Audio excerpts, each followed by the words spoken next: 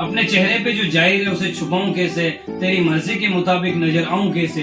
अपने घर को सजाने का तस्वुर तो बहुत बात का है, पहले ये तो हो कि इस घर को बचाऊं कैसे।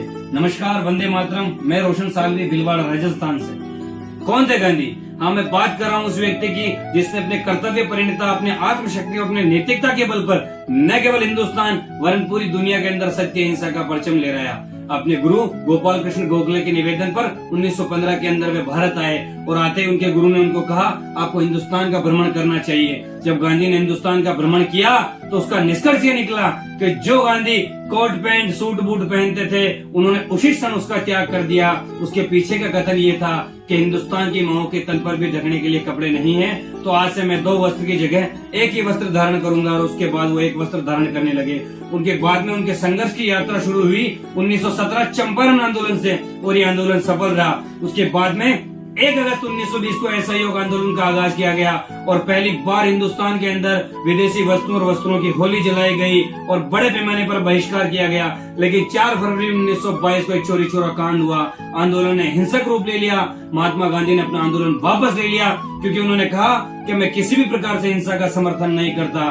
उनके बाद में मार्च 1930 के अंदर नमक सत्याग्रह हुआ, एक ऐसा सत्याग्रह जिसने हिंदुस्तान को में आजादी की दशा और दिशा दोनों बदल दी। क्या दृश्य था साबरमती के तट पर। आंदोलनकारियों की एक टुकड़ी आगे जाती, अंग्रेज उन पर लाठी चार्ज करते, लेकिन पीछे की तरफ जो हमारे आंदोलनकारी थे वो उनको हटाते और खुद उनकी जगह आ जाते। जितना तेज अंग्रेज उन्हें मारते उससे तेज भारत माँ की जय का जय घोष कानों में गूंज उठाई देता। फिर आया इस यात्रा का अंतिम पड़ाव अगस्त 1942, जब आजाद मैदान पर महात्मा गांधी ने आह्वान किया, अंग्रेजों भारत छोड़ो और करो और मरो का नारा दिया। उसकी परिणति ये रही कि 1947 के अंदर जवाहरलाल नेहरू ने तिरंगा झंडा फहराया। फिर एक राक्षस आया, नाथूराम गोडसे। उसने जनवरी 1948 में महात्मा गांधी को गोली नहीं मारी वरन महात्मा गांधी के सिद्धांतों को गोली मारी, क्योंकि वो जिन लोगों से प्रेरित थे वो सत्ता लोलुपित थे, संकीर्ण विचारधारा के लोग थे, रंग और धर्मों के आधार पर बांटने वाले लोग थे। और आज जो लोग गांधी और गोडसे की तुलना करते हैं, मैं उनसे कहना चाहता हूं कि राजनीति के ये खेल देखे नहीं जाते हैं। बकरियां दहाड़ती है, शेर मिमियाते हैं, काग बोले जा रहे हैं, कोकिलाएं मौन है। देश को पढ़ाया जा रहा है गांधी कौन है।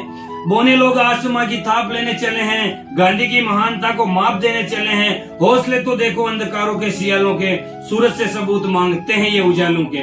और आज भी गांधी को गाली देने वाले इस देश के प्रधानमंत्री नरेंद्र दामोदर दास मोदी जब विदेशों में जाते हैं तो गोडसे और सावरकर का नाम नहीं लेते हैं, बल्कि यही कहते हैं कि मैं महात्मा गांधी के देश से आया हूँ, महात्मा गांधी के यहाँ से आया हूँ। और अंत में इस युवा शक्ति से मैं आह्वान करना चाहता हूँ, आप इस राष्ट्र का फ्यूचर हो, मैं आपसे आह्वान करना चाहता हूँ कि ऐ नौजवानों संभल जाओ, अब संभल जाने का वक्त आया है। बहुत सोए हुए हो तुम, अब जाग जाने का वक्त आया है। इस मुल्क को बनाने में तुम अपनी अहमियत समझो।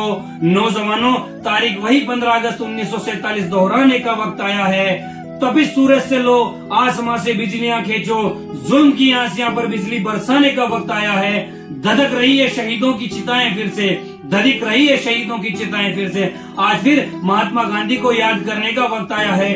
उठो महात्मा गांधी के मानने वालों, उठो महात्मा गांधी के मानने वालों।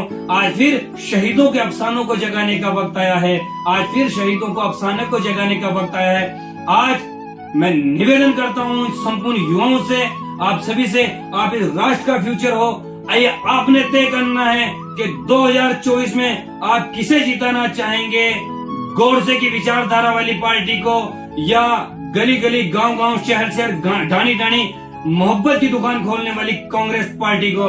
जय हिंद।